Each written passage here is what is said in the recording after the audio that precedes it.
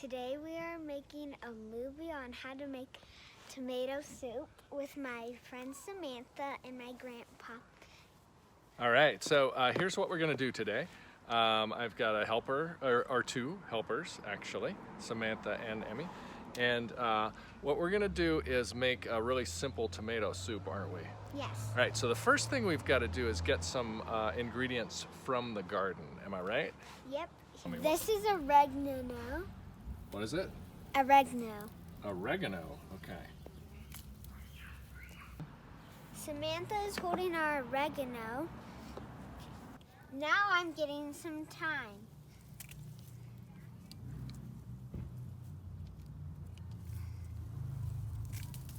And if you don't have your own herbs in your garden, you can always use something like this Italian seasoning mix. Nothing wrong with that. No shame in that. Okay, so these are the ingredients you're gonna need for this recipe. You're gonna do 2 cans of diced tomatoes, an onion, some pepper flakes, that's to give it a little bit of heat. We're gonna use some vegetable broth. Okay, and I use a mix. I boil water and do vegetable broth mixed in. We also need kind of an old school blender for this. And so we're talking, that's old school right there. Old school blender will work. Then I'm gonna use a couple of pans. Hi, Samantha. I'm gonna use a couple of pans. This one's gonna fry the onions and the garlic and the herbs together and the tomatoes. I'm gonna mix them in. Then This is where the tomatoes are, right? Then we're gonna put it in the blender. Then it goes into this pot right here. If you don't have a garlic bulb, you can use garlic powder. First thing we're gonna do is chop the onion and the garlic and put that in the frying pan. You hold it like that. Okay. So now we're chopping some onions. And a lot of times when I chop onions, it can make me cry. Am I right? So Yes. what can I do about that? My grandma told me if you put a spoon in your mouth, you won't cry. Okay, so there's an idea. Put a spoon in your mouth and you don't cry when you're cutting onions. You know what another tip I learned from a guy who's a chef? What? Chef Saran is his name. If you don't breathe through your nose and you only breathe through your mouth, that also can make it so that you don't cry when you cut onions. Okay? When I'm peeling onions sometimes, I never cry because that's kind of weird. Okay, well, Most people cry. well, let's not cry. Okay, awesome. You don't want to cry when you're baking. Okay. So now we are taking off the leaves. You Okay. don't want the stems. Yeah, you don't really want the stem. So what I do to get thyme off is I go backwards down the stem of the plant. So I'm gonna just go like this. The top parts I can get away with doing like that, but then I just go like this. There we go, right? I'm not sure they saw that. Okay, okay, well, one more time. So I'm gonna go down the stem like this. Whoop, leave the stem. Did you catch that? Yep, Boom.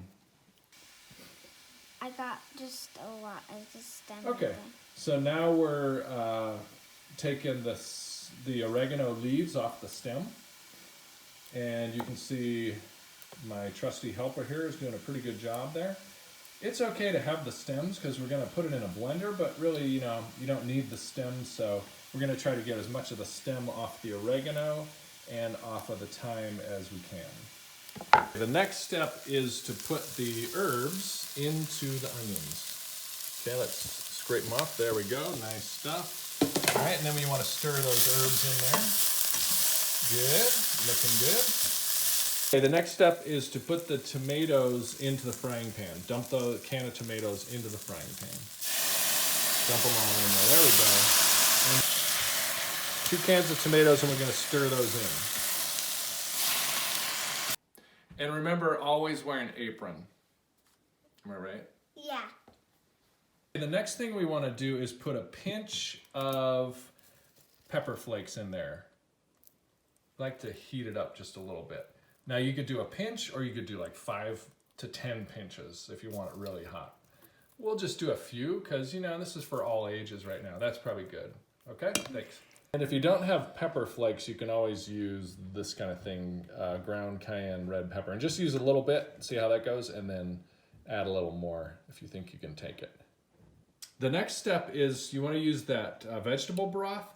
And what we're going to do is use these cans of tomato that still have the tomato in it. That's still good, so we don't want to waste that. So we're going to put a couple, let's put a teaspoon, go ahead and put that into the vegetable broth. And let's put that into that can there. We're going to add some boiling water. Hot water.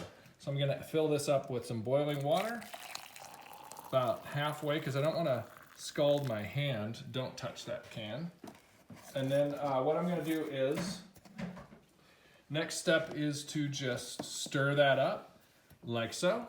Now this is going to be really hot, so we've got to be careful. So I'm going to stir this up. Notice how hot it is, so don't burn your hands. So I'm going to do this part. I'm going to grab it way up top like this because I don't want to burn my hands.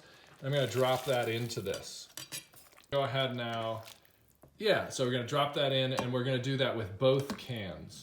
So put a spoonful of the vegetable broth into the tomato can, put some boiling water in, and add it to the mix. And the next step is to just let it simmer for as long as you want it to simmer and let those flavors blend together. I am going to grab my old school blender here. I'm going to put it right next to the frying pan and watch what my assistant does, or should I say head chef. And she puts it, yeah, she got that in there. They're nice, okay? So we're going to put a few of those right into that blender like so. Let's see how this next one goes. This is not easy, is it? Nice.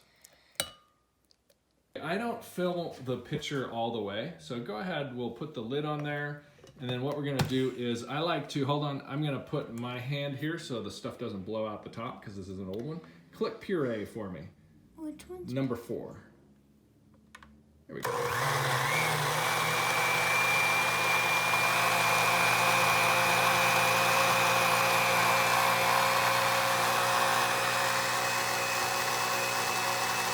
So next step is, you can see it's been blended. And so what I'm gonna do is take it from the blender and put it into the soup pan, like so. And now what you'll notice is that it's looking like tomato soup. Some people would add cream to the soup. So if you want creamy tomato soup, feel free to add cream. I just like tomato soup, so we didn't add cream to this.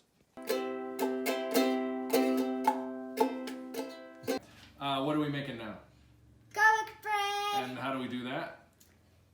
First, you need to get some bread. You can get as many as you want. Okay. And what else? You need some garlic spread. Okay, Johnny's garlic spread, and then also, secret ingredient, the everything but the bagel seasoning from the store down at the Gateway is where we get that one. So that's pretty good right there. And then you need some butter. Mmm. So you need to spread the butter to make the garlic spread stick. I liked it last time. It smells bad. It may smell bad, but it's not, okay? Okay, sprinkle that on there.